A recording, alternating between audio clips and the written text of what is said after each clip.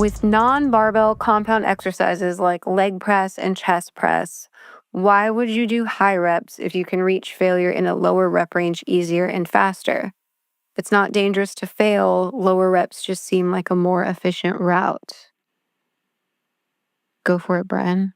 Why would you do that? Yeah, I think there's a lot of reasons actually, and I think a lot of people look at this just especially lately. There seems to be a lot of um, criticisms with higher reps. We know they are more like neuromuscularly fatiguing, but it also doesn't seem to really matter with the actual outcomes, um, at least to a significant degree.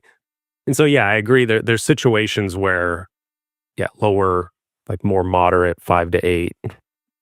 It's going to be more efficient than 12 to 15 on like a leg press or something. But I think with any like advanced or even intermediate to advanced athlete, a lot of people are going to have little aches and pains here and there that like that in and of itself is reason to, you know, provide some utility for higher rep ranges. If you can use lower loads and still train effectively, then you're still going to get a great stimulus. But yeah, I don't think there's anything inherently better about higher reps from a hypertrophy perspective. And there's no data to really say that there is. But, some people enjoy, like, if you're enjoying training, you're going to tend to perform better, doing things that you enjoy. And some people really like the higher rep ranges. And so I think from a practicality standpoint, like joint integrity is kind of the main bullet point for me, but also the enjoyment aspect of it. Word. What do you think, Bert? Yeah, I think to a large extent, um, maybe a significant chunk of your training is probably better off in the lowest rep range that makes sense. And this you usually go back to like what's the biggest joint like what the prime mover is. So lateral raises sets of like 5 might not make a whole lot of sense. But like if you're doing a hip hinge, that might make sense there. Like you could handle it, it's much more efficient.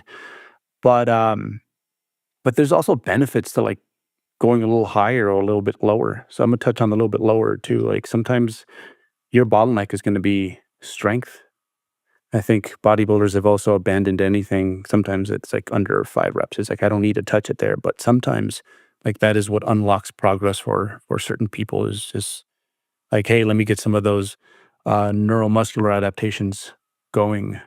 Um, and it's crazy if a bodybuilder's never ventured into those rep ranges. It's crazy. They're like, holy crap, now I'm so much stronger in like my other rep ranges. So um, just like not everyone, but there is a significantly sized camp online that is like, well, why do anything outside of, I don't know, keeps changing 4 to 8, whatever, um, 5 to 10. There's other benefits. Like, and with the, like Brian touched on, with the higher rep ranges, sometimes you just need a little orthopedic break. And sometimes you just need a little like texture. You've just been munching away at these rep ranges for so long that you're like, you know what, instead of taking a load increment, like I've been hitting PRs for a while. Let me micro load. I think there's a huge benefit, a big benefit there when it comes to the higher rep ranges.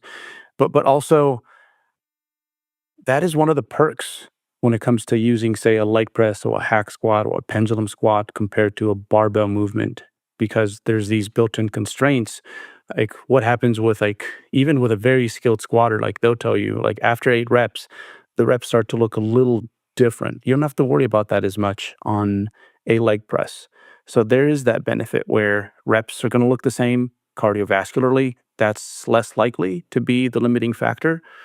Um, but also there's some other positive adaptations that, while the growth is virtually the same, that you can get from higher rep ranges, just like people speak about, well, how I just mentioned, like the strength benefits of maybe going lower for a certain period of time with your rep ranges. Same thing with the higher. Like people forget that fatigue to a large extent, just like anything else, it is malleable. It is something that you can change, and it's I think something worth investing in from time to time. Um, the high reps is kind of when it comes to like I guess bodybuilding specific fitness, they can help you get a little bit better at that. Like my powerlifting days, I don't take back because I do think, and even my really, really like high volume days prior to that, where I was training like 6 days a week with like these mega doses of volume, because they've made it so that right now, like I can handle, I think, a lot more than I would have been able to handle otherwise. So there's a lot of practical reasons. But I think most importantly, people forget like it's important to gamify your training a little bit. Like we all like learn and progress better when we're having fun, and sometimes just playing with your rep ranges from like one meso to the other is a great way to gamify what is a very repetitive game otherwise. Hmm. Yeah. Yeah, I think So, that's, oh, go ahead, Brian. or go You're ahead. good. I was just going to say, that's a good point with, gamifying things. Like just because there's maybe not a compelling reason, like physiologically on paper for somebody, it doesn't mean we're causing harm by changing it. We can still venture outside of that without compromising progress. And then to your point, work capacity, it's usually not the limiting factor for somebody, but if somebody's time constrained, and they're, say they do a set of 6 and, on a hack squat or whatever, and then they're having to rest 7 minutes in order to get anything above 4 reps on the next set. It's like, yeah, working with some higher ranges can increase, I guess, the training density or the quality of work of existing sets for sure. So, you guys intentionally with any, say, like main move, not accessory movement, like he's talking in this. I actually don't know if it's a he. Could be a female. We don't know. Whoever asked this, with non-barbell compound exercise like leg press and chest press, it's sounds like you guys are fans of both high and low reps for various reasons. But do you guys always change it? So like if you in particular or your athlete, like I keep leg pressing year round. So how often do you make that change? Like, okay, I'm doing 6 to 10s.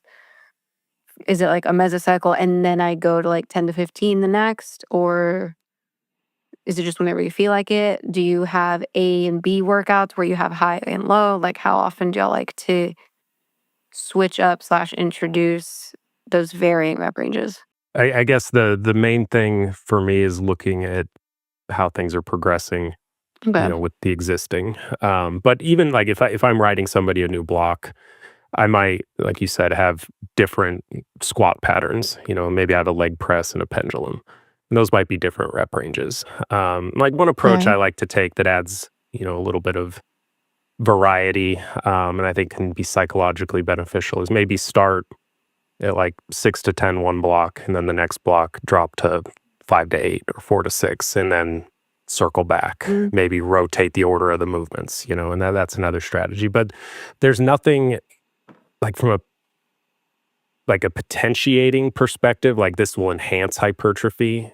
I'm Right. not really making like proactive changes in that regard. You're not It's like, because more if we so, change it, it's just you're gonna fly. Like your progress is gonna yeah, fly no, now. Yeah, it's it's not not like like we're going to that. run our intensity block and then Yeah. we're going to blow up next block. It's not so much that, but I think there's like the psychological element gets overlooked a lot in this. I mean, if you're working with 8 to 12 reps and you hit a little bit of a plateau, sometimes just handling some heavier loading and seeing progress in that, like it just makes the the next phase with 8 to 12. You just go in with a little bit more confidence, and I Yeah, it think gives you the right some feels. familiarity with it. So I think that's probably the biggest thing. But I think that question's good because a lot of people look at it from the perspective of like how do we optimize hypertrophy Hmm. with rotating rep ranges, um, and it's less to do with that in my own Yeah. Well, and programming. more what I was gonna ask too is like, when is it switched too often that it doesn't even matter, or you can't like you Yeah, I like mean, you can't just be like, I do 6 to 20s and I keep it on the program all the time, because then it's like yeah, there's like a free for all and we're not yeah. Like the tracking the shit. range of reps can kind of change depending on the movement. Um, if I'm doing like a lateral raise where we're climbing reps and then load, then the range is probably going to be wider because once we get to the Mhm. top end of the range, like your reps are going to drop off, just such a large relative increase. So the Yeah. range might be wider. Whereas something like a squat pattern, I mean, it could be, 6 to 8, or something like that. And you could pretty reliably kind of keep a tighter range there and still progress. We did it? Did we? Yeah, no, I think that covers everything. I think at the end, just something for people to really take home is to just have fun with your training. And I do think the undulating your rep ranges does it a lot because a lot of like what makes bodybuilding goes is doing the same stuff like over and over and over again. And no matter how committed you are, it's yeah, it's nice to get a new coloring book every once in a while. Yeah. And if you rotate them every once in a while, your rep ranges, then you're never missing out on potential benefits that one of them could. But if you're always doing low or always doing high, you could be maybe missing out on some of the benefits y'all talked about. But including them both at some point keeps it fun and ensures that your work capacity isn't the bottleneck or your strength is the bottleneck or whatever.